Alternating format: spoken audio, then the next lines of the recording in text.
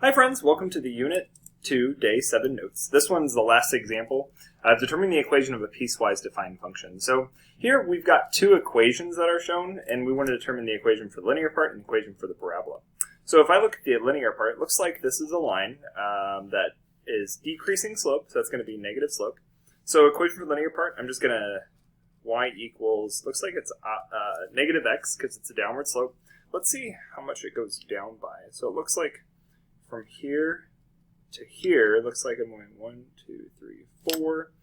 1, 2, 3, 4. So 4 over 4, that reduces to negative 1. Again, negative going down. So it looks like that part's right. And then plus 0 for my y-intercept. So it looks like this part's going to be negative x. I'm going to go ahead and leave this as a closed dot. I'm going to call this one an open dot. Remember, I have to have one of them being closed and one of them being open because it's discontinuous. So it looks like my equation for my linear part is just going to be y equals negative x. And it looks like I go all the way from negative, looks like this is negative 5.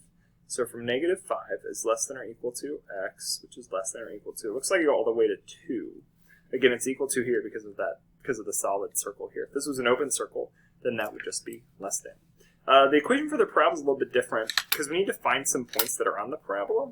And so if I look at here, that's a point that's on the parabola, so it looks like that's 3, 6. And then I need another point that's on the parabola. So it looks like I've got this one here. This is 6, negative 3. So I know the parabola is going to be y equals some sort of x squared. I just need to figure out kind of where it's at. You know, knowing that this is the vertex is helpful, but I need to know kind of, my a value.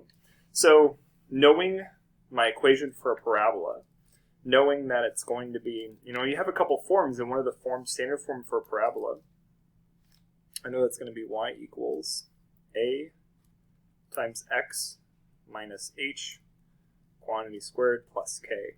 Now this is called vertex form of the parabola. And if I know vertex and I know a point, then I can actually find my a. So I have my vertex, 3, 6, and I have another point, 6, negative 3, so I can plug both those in to find my a value. So I'm going to go ahead and do that.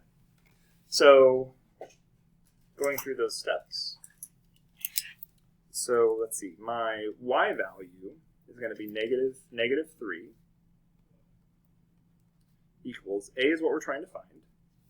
My x value is 6 minus my h is 3 squared, and then plus k, so plus 6. So 6 minus 3 squared, so that's going to be 3. 3 squared is 9. So this is going to be 9a plus 6, and then negative 3. Subtract 6 on both sides. So I get negative 9 equals 9a. Divide by 9.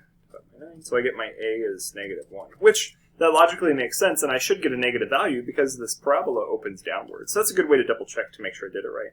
So knowing that I have that, and I can plug that in, I've got y equals, so opposite, x minus h, so x minus 3 squared, and then k is 6.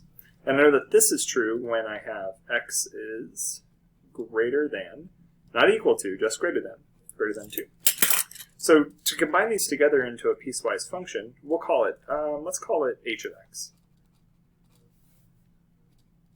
So h of x, so I call the graph h of x as well. H of x is equal to, so the piecewise defined function of negative x when negative 5 is less than or equal to x, which is less than or equal to 2, and opposite of x minus 3 quantity squared plus 6 when x is greater than 2. So there's my piecewise defined function. Down here, these are some homework problems to help you with some practice. So you want to graph them. Note the domain and range in each, and then label if the graph is continuous or discontinuous. So there you go. Enjoy the notes. I hope you have a wonderful day, and I'll see you in the next video. Bye, friends.